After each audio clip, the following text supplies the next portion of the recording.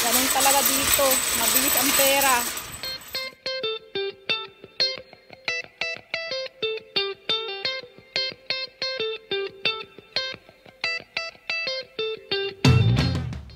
Yung basura, ilagay mo doon. Ganda ng panahon ngayon. Sunny weather. Kahapon maulan. Ano din dito eh. Crazy weather din dito eh. Minsan ganito. Kahapon ganito yun eh. Nakita ko nasa ako sa kwarto ako ng pasyente. Pagtingin ko ganito. Tapos biglang sa hapon umuulan. At makulimlim. Ang kaldero.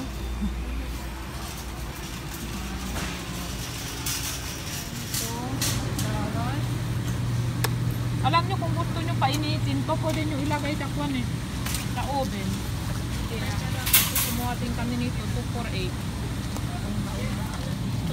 Lahat na to, ha?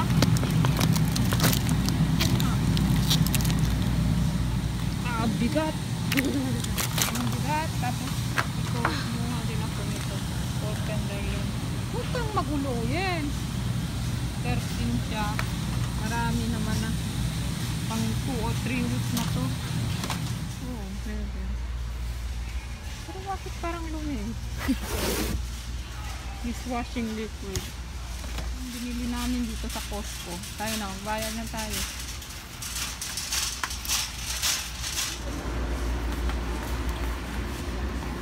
Ayan, so order kami dito sa Costco. Pepperoni pizza. And then itong meal card. Frozen yogurt, and then ano yan? Churro. Pata ng design ng chocolate. Sarap. Kain. Ayan, so binaba ko lang si Ann sa bahay dahil ayaw na daw niyang sumama dito. Puro magulay kasi yan dyan, tinitinda guys, at prutas, napakamura. Then katabi niya may Dollar Tree pala, kaya bibili din ako yung cotton rounds na ginagamit ko pang linis ng muka. Ayan, so baba na tayo guys, tingnan natin ang matinitinda doon. Try kong mag-vlog pero maraming tao dyan eh, kasi mura nga yung mga gulay nila. So try kong mag-vlog pero hindi ako sure kung makapag-vlog ako dahil marami talagang tao dyan lagi. May na-apple doon.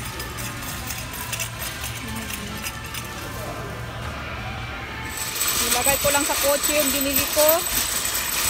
Mura lang siya pero naka-14 pa rin ako. Ganun talaga dito. Mabilis ang pera. Dito naman ako sa Dollar Tree. Wala yung hinahanap ko sa dollar.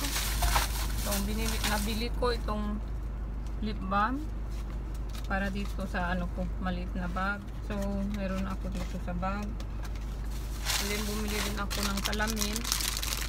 Ayan. Para dito din sa bag.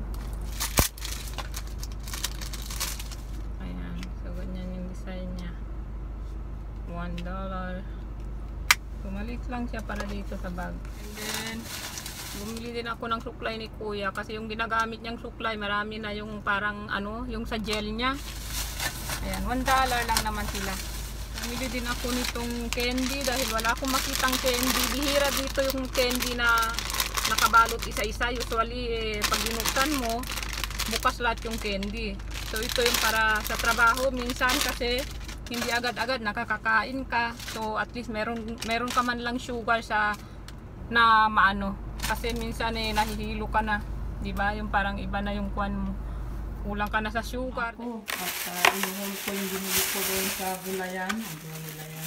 Yan, strawberry, dos. Mga 250 yata to. Basta to. And then ito dos din, yung ampalaya. Pero to yung ampalaya ng mga Indian. Ganito ang ampalaya nila, hindi parang yung ampalaya natin. Wala sila yung parang ampalaya natin. And then dos din ito, talong. Dos. And then itong mangga 2 for 1. 2 for 1.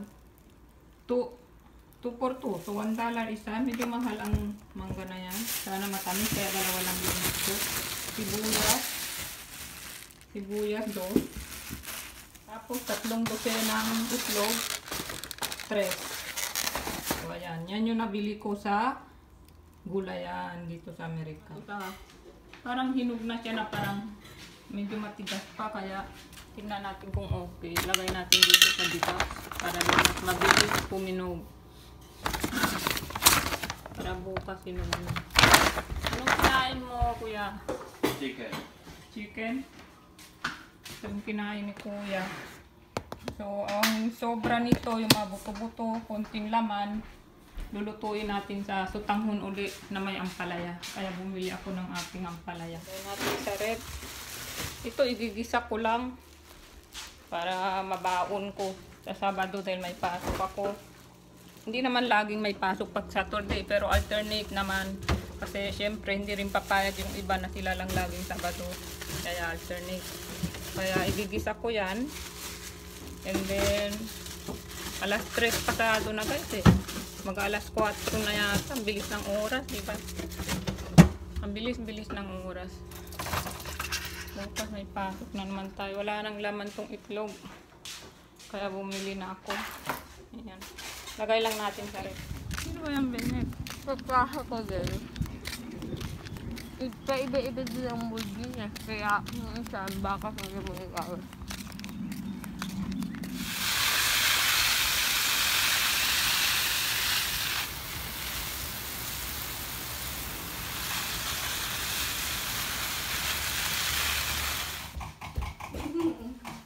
Nalubong namin sa iyo. Ha? Ito. Nalubong nga namin yan.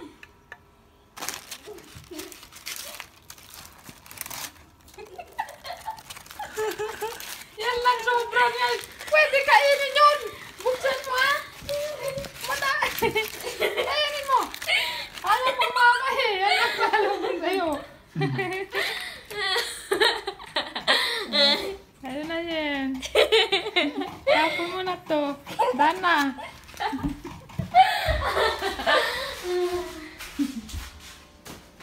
Bigay mo na yung tutong sa kalina. Kumain daw sa panchero. Pagdating ko, gutom na ako.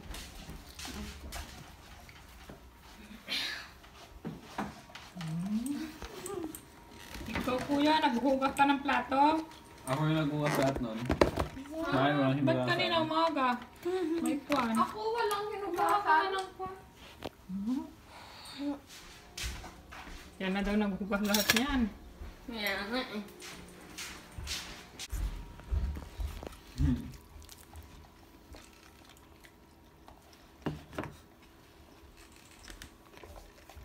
Harap. Bahay, lulutuin ko lang itong binili kong talong sa bilihan ng mga gulay dito at lalagyan ko ng ganitong sahog. Ito yung binili namin sa sa Costco, yung pork tenderloin. Ayan, so magigisa lang ako.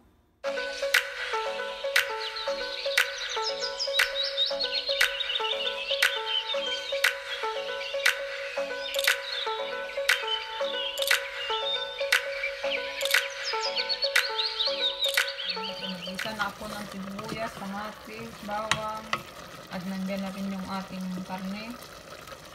So mamaya-maya, medyo malambot na rin siya. Mabilis kasi may lumambot ang klase ng karne. Ayan, so ilalagay na natin yung talong na nangitim na. Nag-oxidize na. So, ilalagay na natin.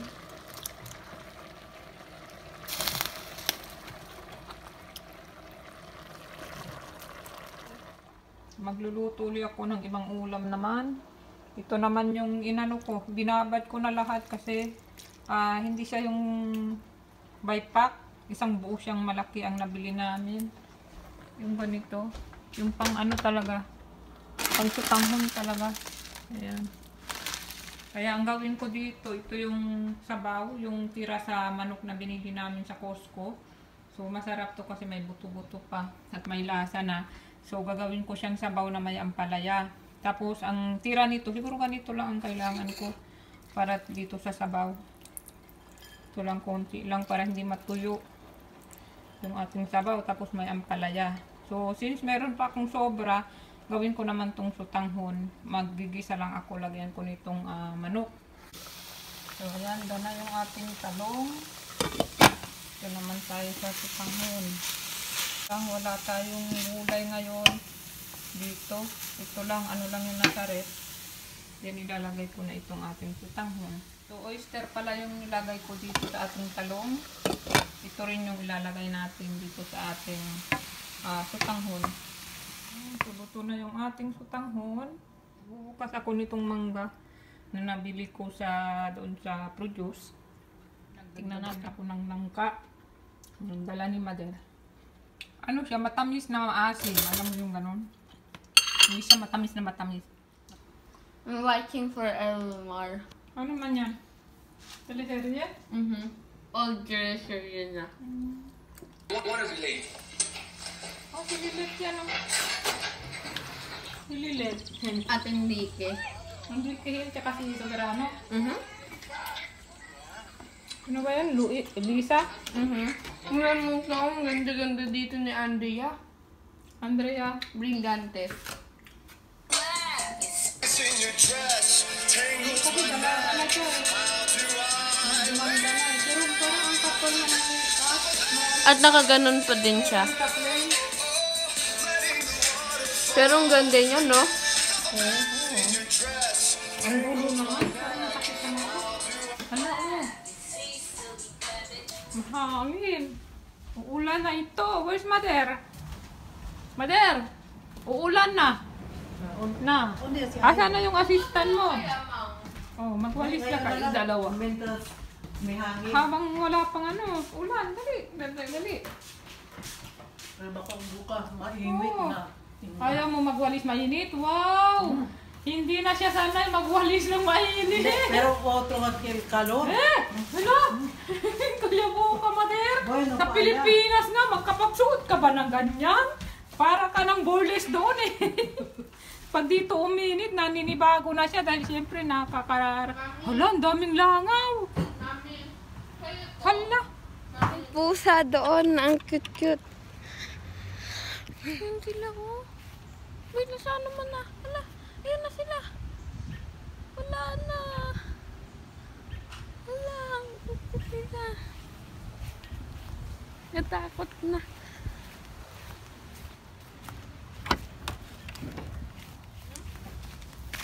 Nawala na sila. Magkuna, nung nakita ka, hindi mo sila nakunan.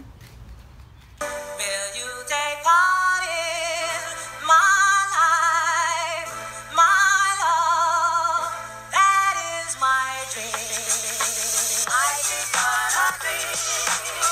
It's what you make it. Always try to give. Ang init-init kasi. Ha? Ang init-init. Na, wala pang araw yan.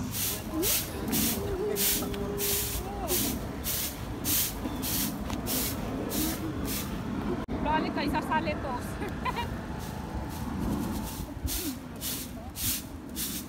Na, ultra teleportan ni Katapagan.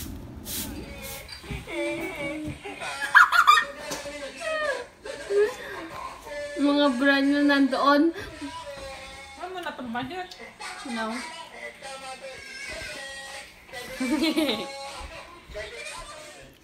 Nag-try mo?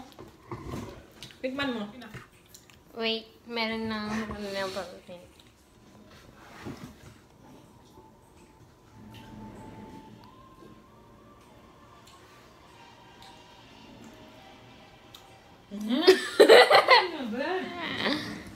Ayan, so alas 5 ng hapon, nandito kami sa park.